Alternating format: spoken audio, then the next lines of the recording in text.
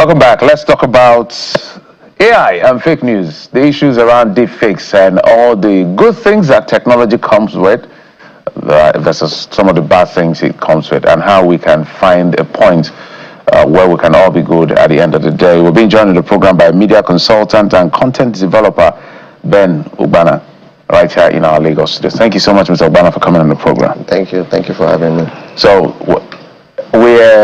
we've been victims of deepfakes. Let's begin from that. He's the star. He's the star. That did sound good.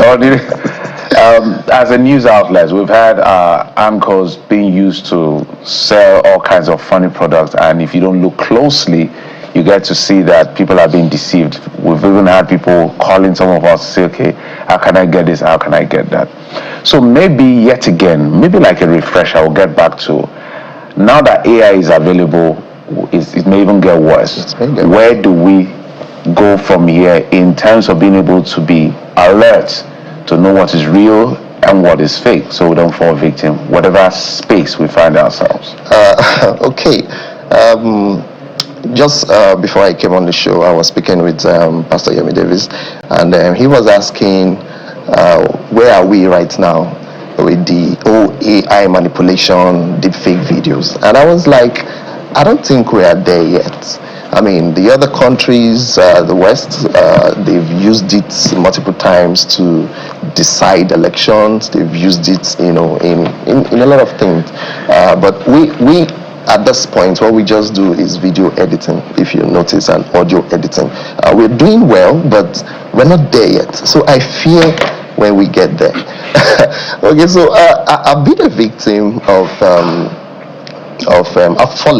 falling victim to AI videos. There was a time our Kelly video was posted on LinkedIn, was posted on social media about he releasing a song from the prison. That video, okay, now a whole lot of things were happening at that time. I am a fan of R. Kelly. I wanted to listen to his song again. Now that's one, because I love this person, so I wanted to hear him. Secondly, the person who posted the video has some level of integrity, so to speak. You could easily fall for that. Thirdly, the caption that followed the video. So all of these things, when they all come together, as a normal person, an ordinary person, it's easy for you to just say, wow, this is true. I could tell you, I actually took that video and I posted it on my WhatsApp. It took some AI to look at it and say, Ben, you just posted an AI video. And I looked clearly. Now, to the question that Jeffrey asked, one of the things I noticed was the texts in deepfake videos, because AI cannot possibly get it all correct.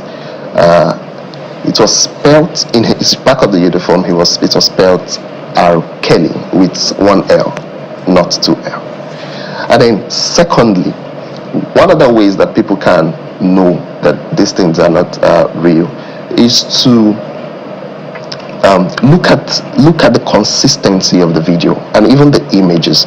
You look at the consistency. We know what a proper image should look like. We know what a proper video should look like. When you see those inconsistencies, you can tell that this is not real.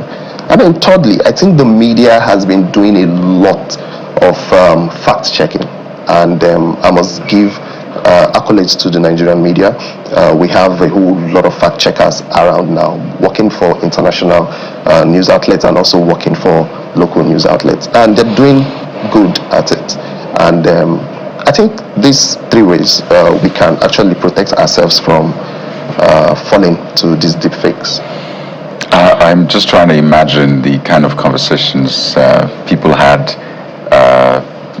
maybe a century ago. So when TVs were invented, or when TVs were becoming a thing, and they're like, this is the devil's box. It's dangerous. Why would you want to see someone in a box when the person is real? Right. And there are dangers of TV. Right. And here you go, everybody has a TV in their homes. I know when mobile phones came or telephony came, when internet came, there's usually that sort of skepticism, and you find people using it for the wrong things as well.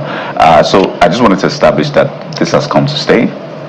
right? So it's not a matter of fighting against it or trying to see if you can defeat the next phase of technology. Yeah. It's good to defeat you. Exactly. In that sense. So I want to speak to how to then approach this so that you don't see it alone with that negative eye, because I think that's one of our challenges. By the time we now catch on and realize that, oh, we can use it for good, the world has gone far, right? So help people understand how to approach it. So if other people are using it for fake stuff, how can you use it to maybe improve yourself or your act? I want us to also speak to that side. Yes. Okay.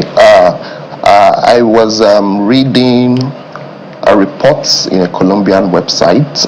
It's mentioned that during the 2024 elections, there were about 78 deepfake videos, and they analyzed all 78 deepfake videos. And one of the key things they mentioned was half of those 78 videos were not deceptive.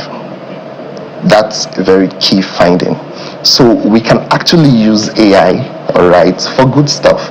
You can use it. I mean, I was watching, I think it was on channels, yes. A particular bank had an entirely AI advert, a particular bank. I was watching it with my wife and I was like, look at these guys. They didn't even have to pay, for people to do this, do that. Just an AI generated, and it was a bank, and I was like, this is leading to something. All right, so you can have an idea and you want to pitch it out. You want to tell the world, what you mean, and an AI video can actually come true. Okay, so beyond videos and beyond images, I am a content developer and I've used Gen AI quite a lot. In fact, around 2022, when ChatGPT was announced and launched, I was like, okay, what is this thing? In my marketing team, I do all the writings, I create content, and I could see how cumbersome this stuff can actually be. You spend some nights trying to cook up ad copies, you spend some nights trying to, tell stories, video scripts and all. But this guy just came from nowhere. And I was like, okay, how can I use this? And the first time I just entered into the app, and then I asked a very simple question, and this thing just generated, and I was like, wow. And it changed the game. It changed the game. So it has improved the workplace. It has helped to make us more effective. And there's a whole lot of good from AI, and we can't just say it about, deepfake and deception. It's really good for us. Of course, quite a number of good, but speak to this quickly, some of the downsides as well, and how people can respond to it. Jeffrey talked about how the images of some of our anchors have been used, and there's a growing trend. In addition to that, you find pages where they're using voices of President Donald Trump as motivational, content. They're using voices of actors, Hollywood actors, as motivational content, and it's coming closer home. So, if, for instance, we find that Jeffrey's voice is being used for motivational content or any content, how do we approach that? Particularly if it's something that touches on the personality negatively. How do we approach it legally? 30 seconds. Okay. I'm just going to give this instance because it's already home. There was a video one time that the current Senate president was heard saying Nigerians should eat free food wherever they see it. I don't know if you remember, it trended at the time. The truth was he was not talking to Nigerians. Some persons actually used the voice that he was speaking with his colleagues in the oath chamber, right? And they were inaugurating them as Senate president and deputy Senate president, and he made that statement. But they used it and brought it and then made the people to believe that he was telling Nigerians, wherever you see free food, you should jump on it. Okay, so I think we have a lot to do about it. First of all, to educate individuals. 10 seconds. to educate individuals on how to identify these fake videos. That's, for platforms like this should be doing that. Secondly, I need to rush. Secondly, we should improve that fact check part of our media, because media, we need to help in fighting this. Okay. And then lastly, this is what we'll do. legislation. What's your handle? What's your handle? Ben Ubana. Ben Ugbana. So Yeah. we're going to go for that tutorial on your handle, on socials, so that because of time, so we can get the benefit of your knowledge. Ben Ugbana is a media consultant and content developer. We're totally out of time. We wanted to hear all you wanted to say, but we're totally out of time. Thank you so much for your time for coming on the program.